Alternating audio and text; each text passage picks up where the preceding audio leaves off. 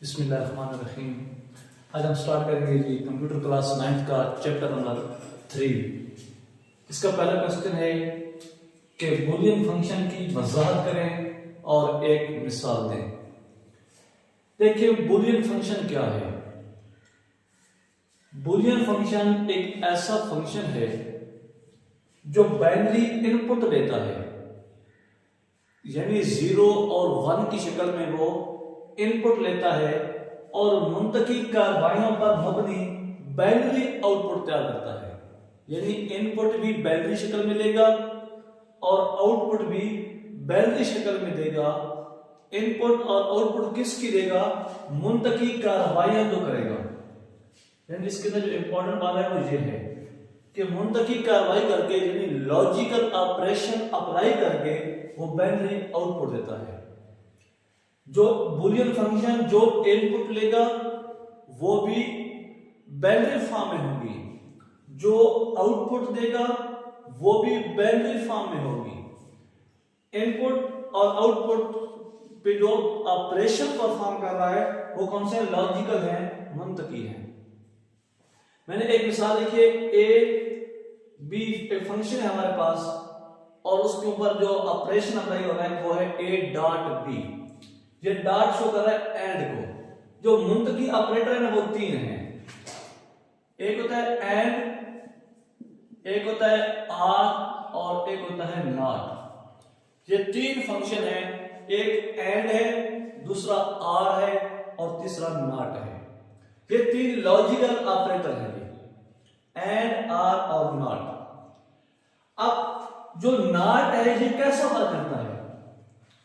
Not work करता है जब आपके पास एक इनपुट होगी तो ये उसकी बुनियाद पे आउटपुट देगा। यानी एक इनपुट होती है तो वो एक आउटपुट देगा। अगर इनपुट 0 थी तो आउटपुट में वो 1 कर देगा। इसी तरह अगर इनपुट में 1 है तो आउटपुट को वो 0 कर देगा। यानी नॉट ऑपरेटर क्या करता है? नॉट गेट कहते हैं या नॉट ऑपरेटर कहते हैं। अगर 0 है तो 1 कर देता है, 1 है तो 0 कर देता है। ये बात हो रही है नॉट की। यानी नॉट को जो आपने इनपुट दी थी वो उस इनपुट को रिवर्स करता है। अगर नॉट है 0 है तो 1 कर देगा, 1 है तो 0 कर देगा। उसके बाद बात करते हैं और की। और ऑपरेटर कैसा वर्क करता है? आर ऑपरेटर में जो आपके पास इनपुट्स हैं, मिसाल के तौर पे हमारे पास एक इनपुट है ए, दूसरी इनपुट हम ले लेते हैं बी। जो आर ऑपरेटर को शो करता है प्लस के साथ, यानी ए प्लस बी। अब होगा क्या? अगर हम जो इनपुट ए थी वो भी 0 दे दी, आउटपुट इनपुट जो बी है वो भी हमने 0 दे दी। एक तो ये कॉम्बिनेशन बन सकता है। हम 2 इनपुट लिए हैं ना, या इनपुट ये हो सकती है कि हमने ए को तो 0 दे दिया लेकिन बी को 1 दे दिया। दूसरी पोजीशन ये बन सकती है। तीसरी जो पोजीशन है वो ये बन सकती है कि हमने ए को 1 कर दिया, बी को 0 कर दिया। और चौथी पोजीशन ये बन सकती है कि हमने इसको भी 1 कर दिया और इसको भी 1 कर दिया। अब आउटपुट कैसे आएगी?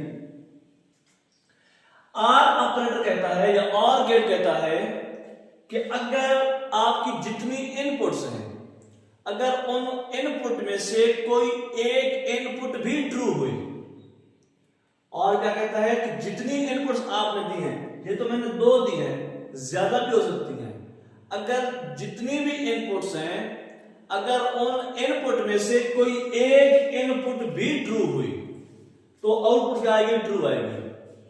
और अगर तमाम इनपुट्स फॉल्स है, तमाम इनपुट्स गलत हैं, तो ऐसी सूरत में आउटपुट फॉल्स आएगी। अब हमारा जो 0 है ये फॉल्स को शो करेगा, जो 1 है ये ट्रू को शो करेगा। अब देखिए पहली इनपुट फॉल्स है, 0 में है, दूसरी भी फॉल्स है क्योंकि ये भी 0 थी, ये भी 0 थी। जब दोनों फॉल्स है तो ऐसी सूरत में आर फॉल्स देता है। अब इस दूसरी को देखें, पहली 0 है, दूसरी 1 है। जब ये जो पहली है 0, ये तो हो गई फॉल्स, लेकिन जो दूसरी इनपुट है वो है 1 जो कि ट्रू है, तो ऐसी सूरत में ये 1 दे देगा, क्योंकि हमने पढ़ा था कि अगर एक इनपुट भी ट्रू हुई आउटपुट ट्रू आएगी। किस सूरत में? और गेट की सूरत में। जैसे देखें इसमें पहली है 1, दूसरी है 0, यानी पहली जो है वो ट्रू है, दूसरी जो है वो फॉल्स है। तो एक तो ट्रू हो गई है तो आंसर क्या आएगा? ट्रू आएगा। चौथी को देखें, पहली ट्रू है, हमें एक ट्रू चाहिए, हम दूसरी चेक ना भी करें तो ऐसी सूरत में ये फिर भी ट्रू देगा।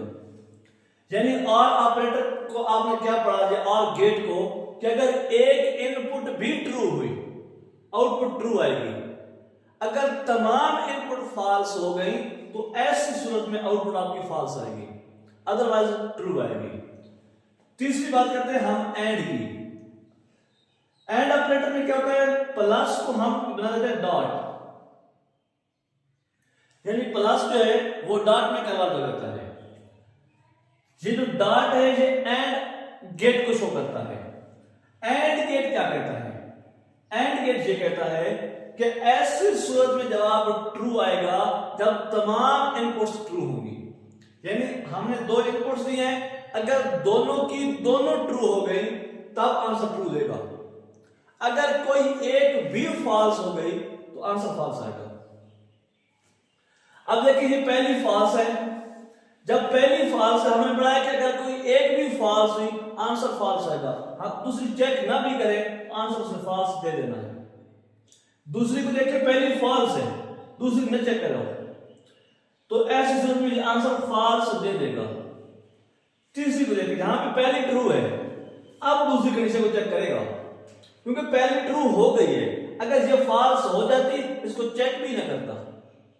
अब पहली ट्रू हो गई है, अब दूसरी की बिना पे फैसला करेगा, दूसरी गलत है। जब ये दूसरी गलत हो गई है तो अब वो जो है क्या करेगा?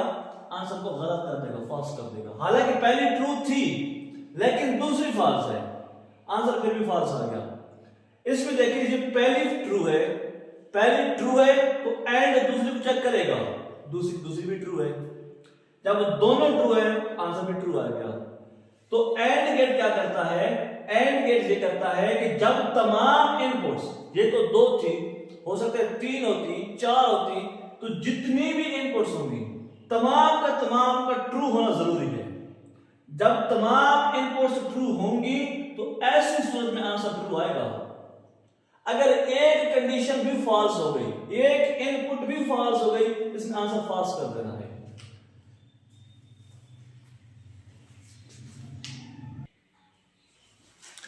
नेक्स्ट क्वेश्चन है कि डिजिटल लॉजिक में ट्रुथ टेबल की क्या अहमियत है। देखें जो ट्रुथ टेबल होता है इसको हम बेसिकली कहां पे इस्तेमाल करते हैं? जब आप इलेक्ट्रॉनिक्स की कोई चीज बनाते हैं तो उसकी इनपुट चेक करने के लिए, यानी जो आपने किया है उसकी अब वायरिंग कह लें कि है, आप क्या करेंगे? इसमें से करंट जा रहा है, इसमें से जा रहा है, इसमें से जा रहा है, तो फिर जो है ना आगे आउटपुट क्या होगी। तो जब इस तरह के आप डिजिटल सर्किट बनाते हैं, जो आप डिजिटल चीजें तैयार करते हैं उसकी जो सर्किट बनाते हैं, उस सर्किट के अंदर उसकी तस्दीक के लिए कि जो हम इनपुट दे रहे हैं इससे क्या आउटपुट आएगी, तो ऐसी चीजों के लिए जो है ट्रुथ टेबल जो है बहुत ज्यादा इस्तेमाल होता है। तो बड़ी आसानी के साथ हम ट्रुथ टेबल से उस सर्किट की तस्दीक कर सकते हैं। यानी बूलियन फंक्शन जो है डिजिटल मंतक में ट्रुथ टेबल ये तस्दीक करने में मदद करता है कि बूलियन फंक्शन से आप तमाम इनपुट दें, जितनी भी पॉसिबल इनपुट्स बनती हैं आप सारी दे दें, उससे क्या आउटपुट आएगी आप उसकी क्या तवक्को कर रहे हैं, डिजिटल सर्किट की तस्दीक कर सकते हैं और तज्जिया करने के लिए हम ट्रुथ टेबल का इस्तेमाल करते हैं। यानी डिजिटल मंतक में ट्रुथ टेबल ये तस्वर करने में मदद करता है कि बूलियन फंक्शन, जो हमारा बूलियन फंक्शन है यानी 0 और 1 वाला, तमाम मुमकिन इनपुट्स यानी जितनी भी पॉसिबल इनपुट्स हैं, जैसे हमने पहले क्वेश्चन में पढ़ा था कि एक इनपुट है, दूसरी इनपुट है, हो सकता है तीसरी इनपुट भी हो, तो इनकी क्या आउटपुट आएगी? तो मुमकिन जो है ना इनपुट्स हो उनके इम्तजाज के लिए किस तरह बर्ताव करेगा, दुरुस्त डिजाइन को यकीनी बनाता है। यानी ट्रुथ टेबल की मदद से हम जो सर्किट का डिजाइन है वो दुरुस्त बना सकते हैं। अगर ट्रुथ टेबल का इस्तेमाल ना करें, हो सकता है डिजाइन अच्छी तरीके से हम ना बना पाए।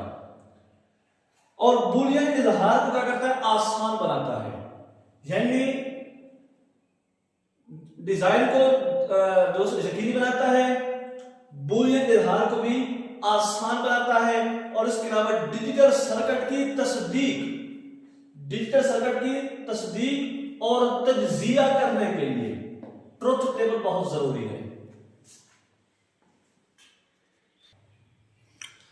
नेक्स्ट क्वेश्चन है कि एनालॉग और डिजिटल सिग्नल में क्या फर्क है। एनालॉग सिग्नल वो होते हैं जो बिला रुकावट और तसलसल से तब्दील होते हैं, यानी उनमें रुकावट भी नहीं आती और मुसलसल तब्दील हो रहे होते हैं। जबकि जो डिजिटल सिग्नल होते हैं वो अदम तसलसल से तब्दील होते हैं, यानी वो एक सीक्वेंस में कंटिन्यूअसली तब्दील नहीं हो रहे होते। जो एनालॉग है ये कंटिन्यूअस सिग्नल होते हैं, जो डिजिटल होते हैं वो कंटिन्यूअस नहीं होते, बल्कि उनमें क्या होता है? फर्क होता है ऐसे। तो जो एनालॉग सिग्नल है ये बिला रुकावट तसलसल से तब्दील होते हैं, और जो डिजिटल सिग्नल होते हैं वो अदम तसलसल से तब्दील होते हैं। और दूसरा फर्क ये है एनालॉग सिग्नल और डिजिटल सिग्नल में कि एनालॉग सिग्नल की जो मखसूस रेंज है, मखसूस रेंज के दरमियान इनकी कोई भी कीमत हो सकती है।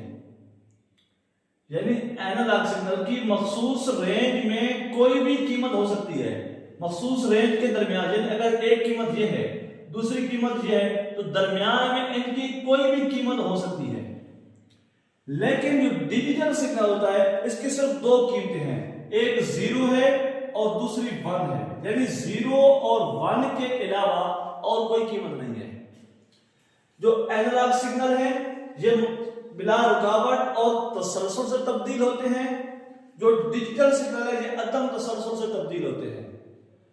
एनालॉग सिग्नल की मखसूस रेंज में कोई भी कीमत हो सकती है। जो डिजिटल सिग्नल है इनकी सिर्फ दो कीमतें हैं, एक 0 है और दूसरी 1 है। अगर एनालॉग सिग्नल की बात करें तो आवाज, यानी जिस तरह मैं बोल रहा हूं तो ये एनालॉग सिग्नल आप कह सकते हैं।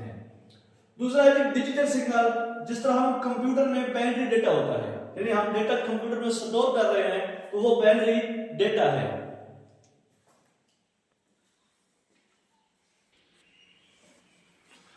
लास्ट क्वेश्चन है इस चैप्टर का कि नॉट गेट के काम को ट्रुथ टेबल से बयान करें।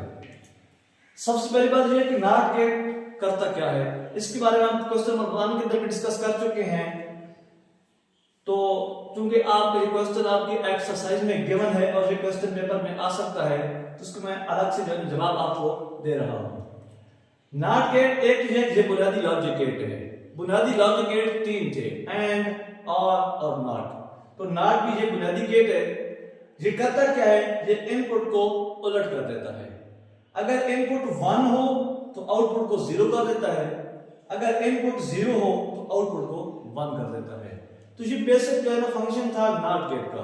तो ये 4 क्वेश्चन थे कि बूलियन फंक्शन क्या है, और इसके अलावा एनालॉग सिग्नल में और डिजिटल सिग्नल में क्या फर्क है, नॉट गेट क्या है। तो ये जो क्वेश्चन है ये इंपॉर्टेंट भी है, ये आपके पेपर में पूछा जा सकता है। तो इस क्वेश्चन को जो है ना स्टार मार्क कर ले। ये एक बुनियादी लॉजिक गेट है जो इनपुट को उलट देता है, सिर्फ आपको ये याद रखना है। फिर इसके ट्रुथ टेबल है, इनपुट लिखें और आउटपुट लिखें। इनपुट अगर 1 है तो आउटपुट 0 आएगी, अगर इनपुट 0 है तो आउटपुट 1 आएगी।